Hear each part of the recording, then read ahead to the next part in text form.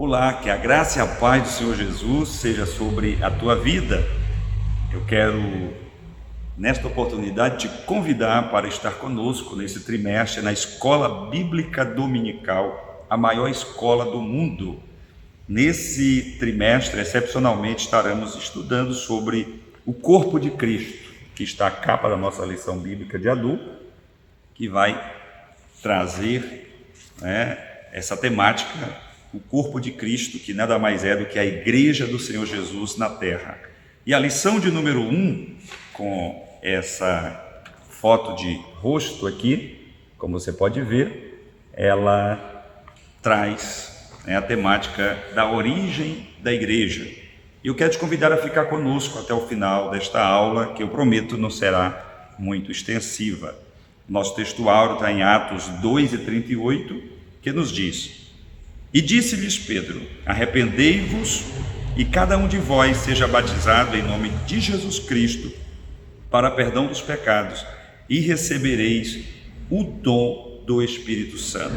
A nossa verdade prática, que é fundamental para você entender toda a praticidade desta lição, nos diz: a igreja é a família de Deus, comprada com o sangue de Cristo e selada com o Espírito Santo.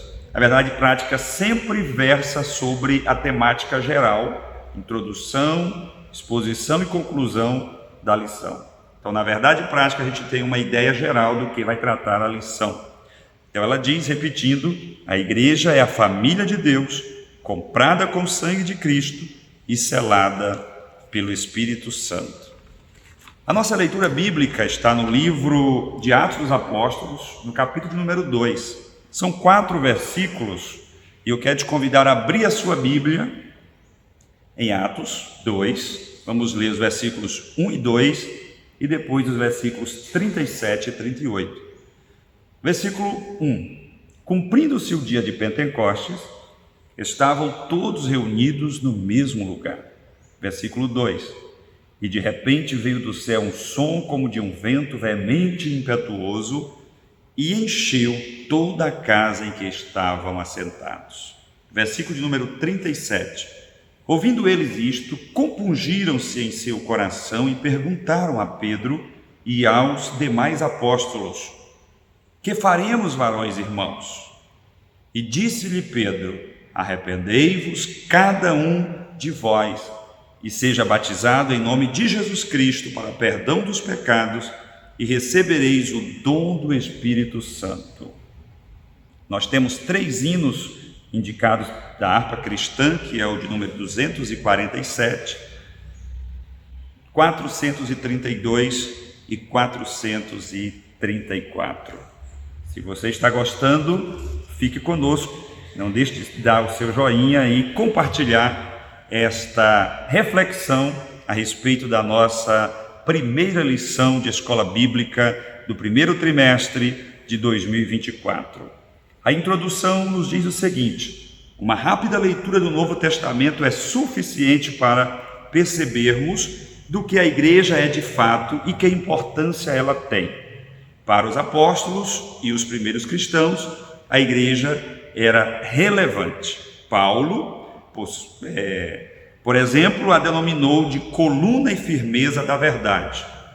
Se você ler lá em 1 Timóteo, capítulo 3, versículo 15, Paulo ele chama a igreja de Cristo como a coluna e firmeza da verdade. Por sua vez, Pedro, em 1 Pedro 2:9, ele denomina a igreja de geração eleita. Lá em 1 Pedro 2:9 está escrito: Mas vós sois a geração eleita, o sacerdócio real, a nação santa, o povo adquirido, para que anuncieis as virtudes daquele que vos chamou das trevas para a sua maravilhosa luz. Então, nesta lição, nós mostraremos o que a Bíblia de fato revela sobre a igreja de Deus. Nós compreenderemos o que é de fato a igreja de Deus, quem a idealizou, quem a criou, quando foi fundada e o objetivo dela. Veremos que a eclésia, a igreja de Deus, longe de ser meramente uma associação de pessoas, ela é uma instituição divina. Portanto, a igreja não é um clube social, a igreja não é uma entidade corporativa. A igreja, ela é uma instituição divina que nasceu no coração de Deus e foi fundada pelo próprio Jesus Cristo através da ação do seu Espírito Santo. Fique conosco, não saia daí. O primeiro ponto da lição nos diz: o povo de Deus na Bíblia e na história. Esse primeiro ponto ele vai nos trazer sobre o termo, congregação ou ajuntamento, tanto no Velho Testamento quanto no Novo Testamento. Para o Velho Testamento nós vamos encontrar a palavra no hebraico, a pronúncia é mais ou menos assim, kahal, kahal. Esse termo ele é usado para se referir ao ajuntamento do povo de Deus debaixo, do antigo pacto. E vai ficar claro que essa expressão kahal, a pronúncia é meio complicada porque é no hebraico, a gente não domina o hebraico. Ela vai servir no Antigo Testamento tanto para significar o ajuntamento do povo de Israel para louvar a Deus, para adorar a Deus, para se quebrantar, para se arrepender dos seus pecados, como também para qualquer outra finalidade com um propósito único. Por exemplo, uma concentração, um ajuntamento para decidir o futuro da nação, para a conclamação para uma guerra e assim por diante. Então era utilizada essa expressão se referindo ao ajuntamento do povo hebreu em um só lugar com um só propósito.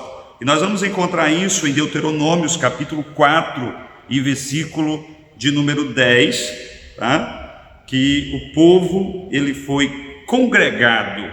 Em Juízes 20 e versículo 2, nós vamos encontrar a expressão multidão, no nosso português, que é empregado lá essa expressão kahal.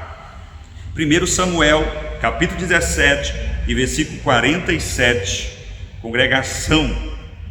Nós temos aí também 1 Reis, capítulo 8 e versículo de número 22.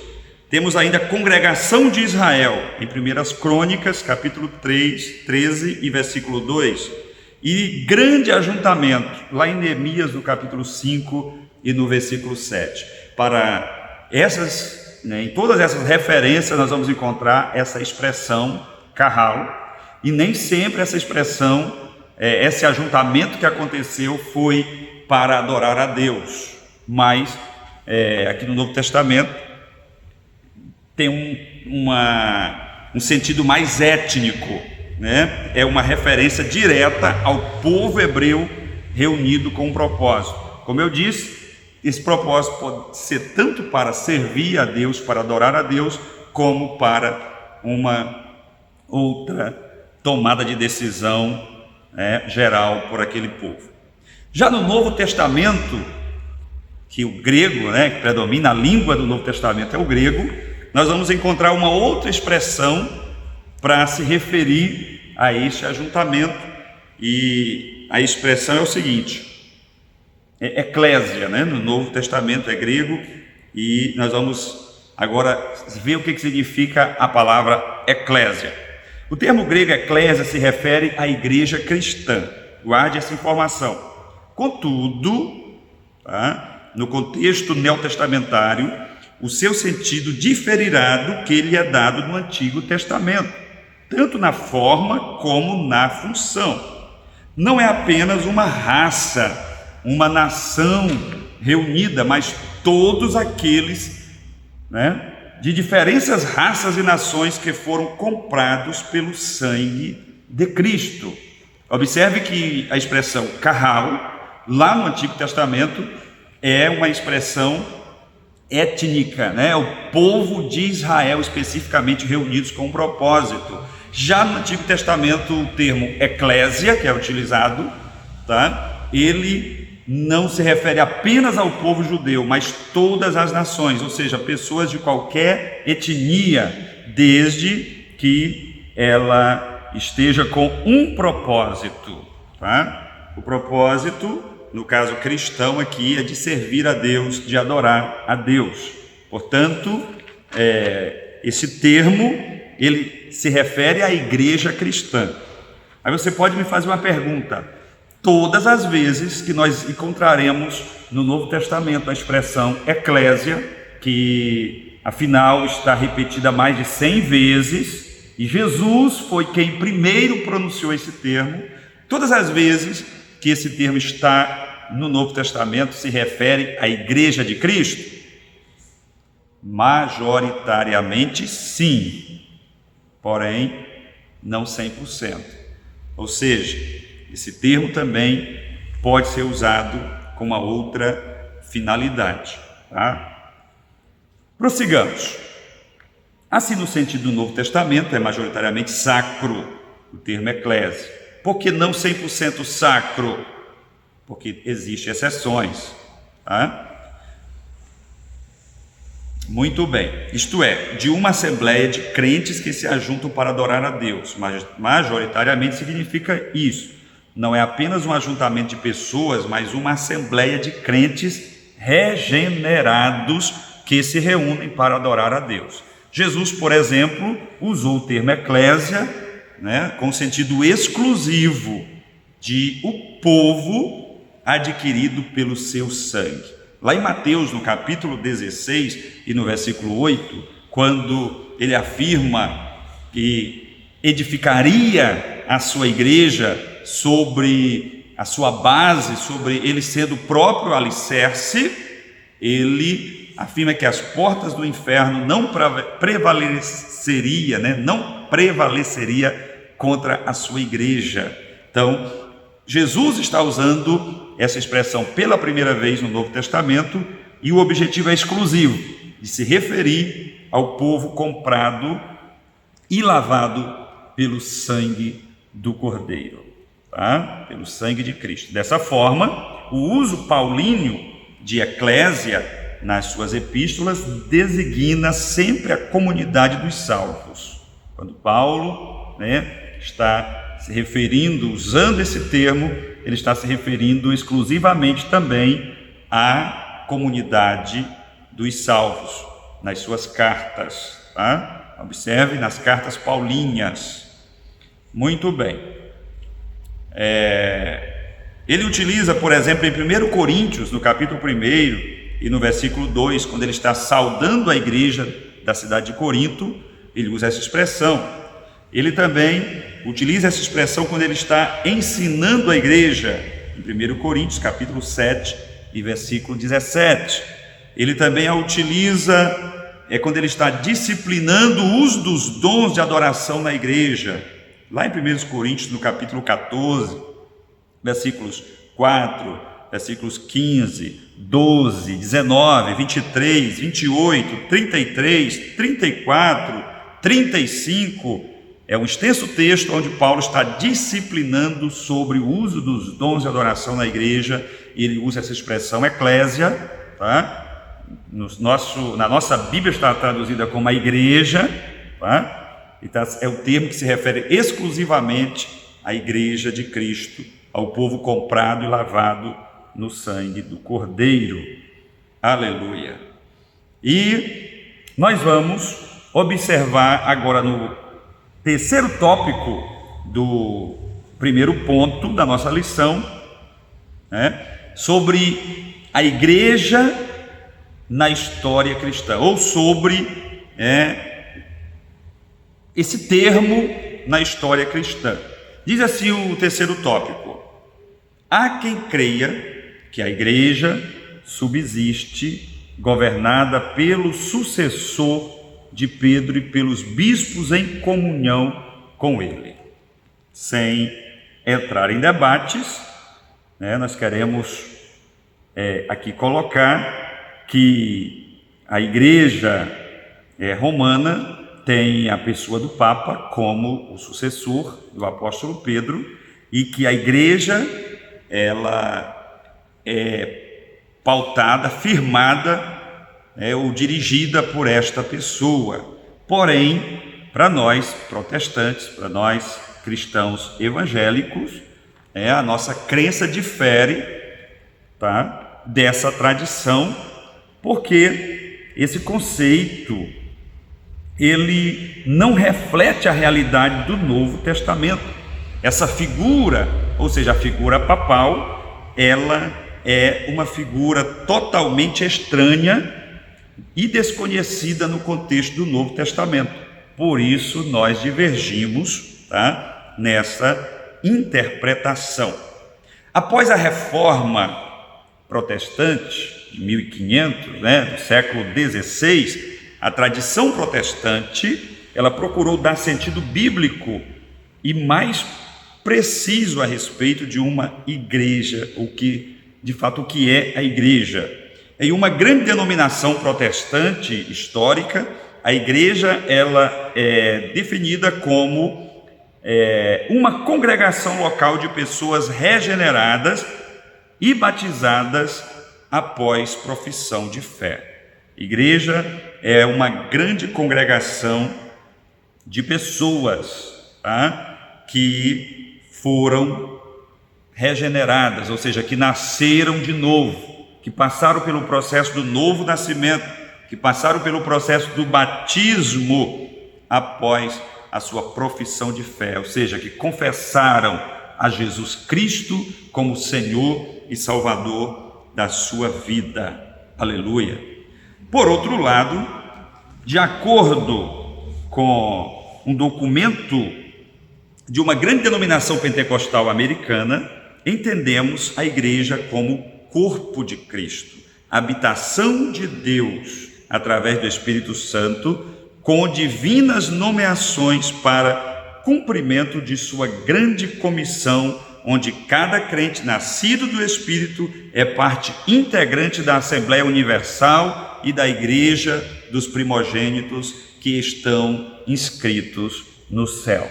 E, como base bíblica, essa afirmação tem Efésios, capítulo de número 1, versículos 22, versículos 23, Efésios, capítulo de número 2, versículo 22, e ainda carta aos Hebreus, capítulo de número 12 e versículo de número 23. Em resumo, o primeiro ponto desta lição nos afirma, tá, que o desenvolvimento do povo de Deus é mostrado ao longo da Bíblia e da história cristã. Nós observamos aí o termo Kahal, que referia-se também ao povo de Deus, ajuntamento do povo de Deus. Nós observamos no Novo Testamento o termo eclésia, no grego já, que também se refere à congregação dos cristãos, ou seja, concentração da igreja de Deus. E nós observamos ao longo da Bíblia, tanto no Novo quanto no Velho Testamento, que a igreja, apesar de lá no Velho Testamento não ser usada essa expressão, mas ela já estava presente ali implicitamente e no coração de Deus, como veremos nos próximos pontos. Ainda falando sobre esse termo eclésia, por que nós colocamos que majoritariamente no Novo Testamento ele representa ou significa a igreja de Cristo? Porque nós vamos encontrar, por exemplo, lá em Atos capítulo 19, versículo 32 e 41, que aquela turba que juntou ali de judeus que congregaram-se para combater a pregação paulina, a pregação do apóstolo Paulo, ela também é denominada de eclésia, ou seja, nem sempre o termo eclésia na Bíblia vai se referir ao ajuntamento da igreja para adorar a Deus, mas majoritariamente é isso que significa.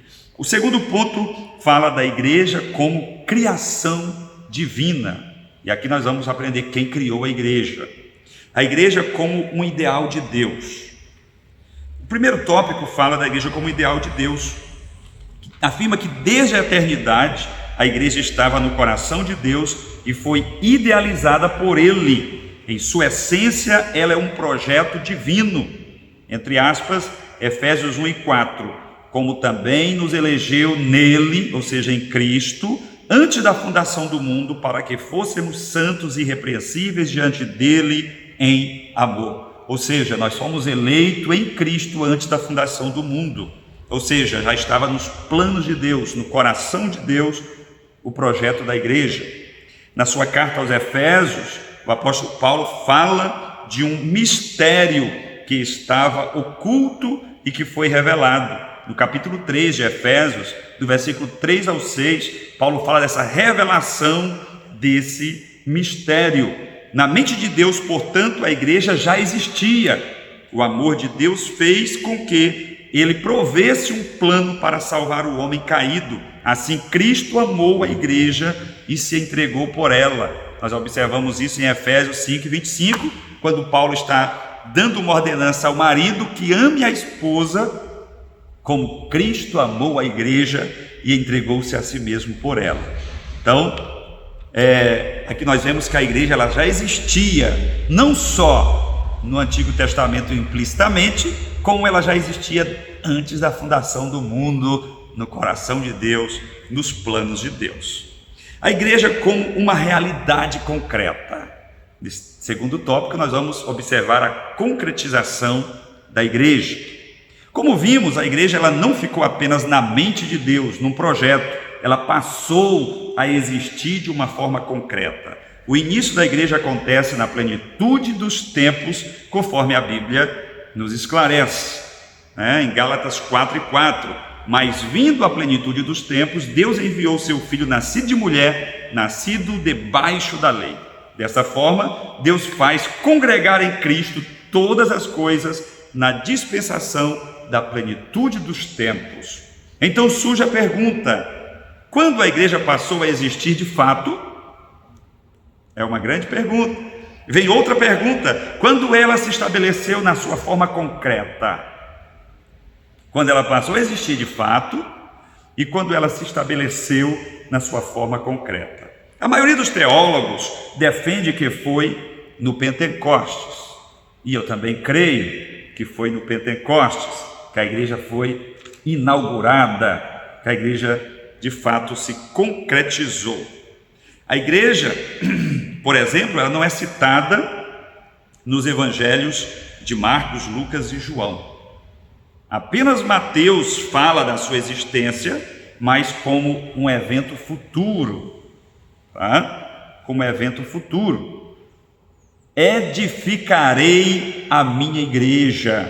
O verbo está no futuro simples. É uma ação que o Senhor estava planejando edificar, planejando fazer, tá? O tópico 3 aqui do primeiro ponto, ele vai nos apresentar de fato a igreja no Pentecostes, e é o que eu também creio. A igreja ela foi inaugurada. Depois do Pentecostes, Lucas destaca que todos os dias acrescentava o Senhor à igreja aqueles que se haviam de salvar. Atos 2:47. Dessa forma, a igreja que existia apenas no coração e na mente de Deus se tornava uma realidade concreta quando o Espírito Santo é derramado no Pentecostes após a ressurreição de Cristo, conforme Atos capítulo 2, os primeiros 2 versículos que nós já lemos na leitura introdutória. Portanto, queridos, a igreja ela surgiu como um ideal na eternidade, tornou-se realidade concreta no Pentecostes, quando o Espírito Santo é dado, é descido sobre a igreja, e a igreja recebe ali o batismo com o Espírito Santo. Louvado seja Deus para sempre. Várias razões para crermos que a igreja teve a sua origem, ou pelo menos foi publicamente reconhecida pela primeira vez no dia de Pentecostes. Embora na pré-cristã, na era pré-cristã, Deus certamente se associasse a uma comunidade pactual de fiéis, não há evidências claras de que o conceito de igreja existisse no período do Antigo Testamento. Porém, Deus, ele se juntava pactualmente a um povo, e esse povo era o povo hebreu, como nós já citamos, que ele se reunia, Deus fez um pacto com Abraão, que a sua semente seria uma grande nação e seria propriedade particular de Deus, como até hoje o é. O povo hebreu, ou o povo judeu, ou o povo de Israel é ainda considerada por Deus como uma propriedade de Deus, como um povo eleito. Mas o tema da nossa lição de hoje não é este. Muito bem, vamos ao terceiro ponto da lição, que fala da igreja como uma comunidade dos salvos. O primeiro tópico fala sobre regenerados pelo sangue de Cristo. Neste tópico nós vamos aprender que a igreja, ela é uma instituição divina e que para você acessar a igreja, fazer parte da igreja, você não basta apenas se associar à igreja. A igreja não é um clube, a igreja não é uma associação, a igreja é uma instituição divina. Ela é formada por pessoas salvas, ou seja, por pessoas que já foram regeneradas, por pessoas que têm o seu nome escrito no livro da vida. Portanto, queridos, para ingressar na igreja você precisa se converter dos seus maus caminhos. O homem precisa se converter, precisa passar pelo processo do novo nascimento, aí sim ele é inserido na igreja. No tópico 2, nós vamos aprender que para estar na igreja precisa ser selado pelo Espírito Santo. E diz-nos assim o tópico 2: já foi dito que a igreja tem sua origem no dia de Pentecostes. Por meio do Espírito de Deus somos batizados no corpo de Cristo. E aqui tem uma afirmação que, se a gente não tiver cuidado, pode causar uma confusão, tá? Nós fomos batizados no corpo de Cristo através do Espírito Santo. Esse batismo não é nem o batismo nas águas e nem o batismo com o Espírito Santo. Esse batismo é um batismo espiritual de inserção no corpo de Cristo. Quando a pessoa se converte, quando você confessou a Jesus como teu Senhor e como teu Salvador, você foi inserido no corpo de Cristo. E isso espiritualmente é um batismo. Todos somos batizados no mesmo Espírito, tá? No mesmo corpo. É o ato da conversão, do novo nascimento, tá, queridos? Porém, a igreja, ela foi também batizada com o Espírito Santo. O próximo parágrafo diz: o batismo de Cristo e do Espírito Santo, é o tópico 3. O apóstolo Pedro, que exortou os presentes no dia de Pentecostes a se arrependerem, também disse: e recebereis o dom do Espírito Santo. Este dom do Espírito Santo que Pedro está se referindo aqui, em Atos 2:38, é de fato o batismo com o Espírito Santo, tá? Assim podemos afirmar que Cristo batizou os crentes com o Espírito Santo e com fogo, um batismo de capacitação, porque o batismo com o Espírito Santo, a finalidade dele é capacitar a igreja para pregar o Evangelho, capacitar a igreja para anunciar as boas novas de salvação. Então, Cristo, conforme João Batista diz que viria e batizaria com o Espírito Santo e com fogo, no dia de Pentecostes, ele enviou o Espírito Santo. Ele quem? Jesus, como ele havia prometido, e batizou os 120 irmãos com o Espírito Santo e com fogo, que significa o batismo no Espírito Santo.